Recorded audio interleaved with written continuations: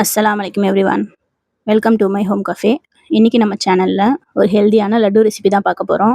இந்த லட்டுவை நாம் iron calcium அதிகமாக இருக்கக்கூடிய ராகி வச்சு தான் செஞ்சுருக்கோம். இது எலும்புகளுக்கு ரொம்பவே நல்லது. இப்போ இந்த லட்டு செய்ய ஒரு பவுலில் ஒரு கப்பு ராகி மாவு எடுத்துக்கோங்க. கூடவே கொஞ்சமாக சால்ட் சேர்த்து நல்லா கலந்துக்கோங்க. இதில் நம்ம ஒரு துளி எண்ணெய் கூட சேர்க்க போகிறது கிடையாது. இதை புட்டு மாவு கன்சிஸ்டன்சிக்கு கொண்டு வரதுக்கு தண்ணி போட்டு நல்லா பிணைஞ்சு எடுத்துக்கோங்க. இந்த ராகி லட்டுவை நிறைய பேர் அடை மாதிரி தட்டி தோசைக்கல்லில் சுட்டு எடுத்து செய்வாங்க. பட் அதுக்கு நம்ம எண்ணெய் ஊற்றி தான் தோசைக்கல்லில் வேக வச்சு எடுக்கிற மாதிரி இருக்கும். பட் இந்த மெத்தடில் நம்ம புட்டு மாதிரி செஞ்சு ஆவியில் வேக வச்சு எடுக்கிறதுனால நம்மளுக்கு ஒரு துளி எண்ணெய் கூட தேவைப்படாது. ஸோ இப்போ இதை புட்டு மாவு மாதிரி நம்ம ரெடி பண்ணி எடுத்துக்கலாம். பிடிச்சு பார்த்தா இந்த மாதிரி இருக்கணும். இப்போ இதை ஒரு துணியில் போட்டு கட்டி எடுத்துக்கோங்க. இதை நம்ம ஆவியில் வேக வைக்க போகிறோம். ஸோ இட்லி பாத்திரத்தில் தண்ணி ஊற்றி கொதி வந்ததும் அதை நம்ம உள்ளே வச்சிடலாம். ஒரு 10 மினிட்ஸ் வேக வச்சாலே போதும், சூப்பராக வெந்து வந்துடும். இப்போ இந்த மாவு வேகிற நேரத்தில் இது கூடவே நம்ம சேர்க்குறதுக்கு வேர்க்கடலை எள்ளெல்லாம் வறுத்து எடுத்துக்கலாம். ஸோ இப்போ ஒரு பேன் எடுத்துக்கோங்க.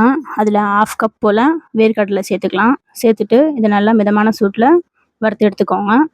நல்லா சூடானதும் இந்த மாதிரி நம்ம தோல் எடுத்தால் நம்மளுக்கு ஈஸியாக எடுக்க வரும். இப்போ ஸ்டவ் ஆஃப் பண்ணிவிட்டு இதை வேறு பாத்திரத்தில் மாற்றி எடுத்துக்கோங்க. இது கூடவே நம்ம எள்ளும் வறுத்து எடுக்க போகிறோம்.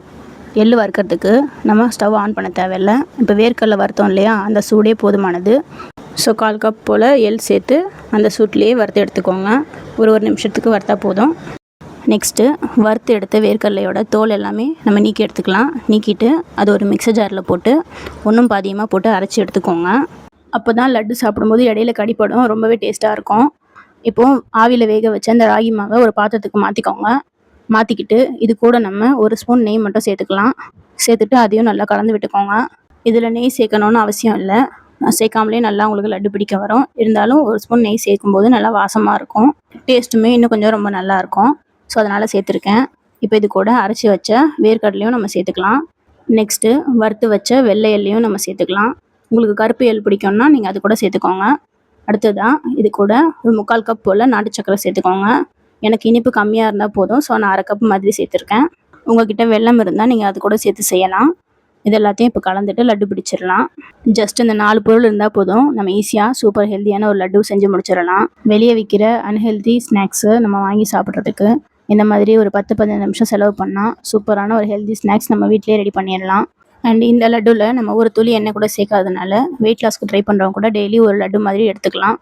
இன்றைக்கி எனக்கு ஒரு 14 லட்டு போல் கிடச்சிருக்கு மீடியம் சைஸில். ஸோ நீங்களும் ட்ரை பண்ணி பாருங்கள். உங்கள் குழந்தைங்க பிரேக்ஃபாஸ்ட் ஸ்கிப் பண்ணிட்டு போகிறாங்கன்னா இந்த லட்டு கூட நீங்கள் பிரேக்ஃபாஸ்ட்டாக கொடுக்கலாம்.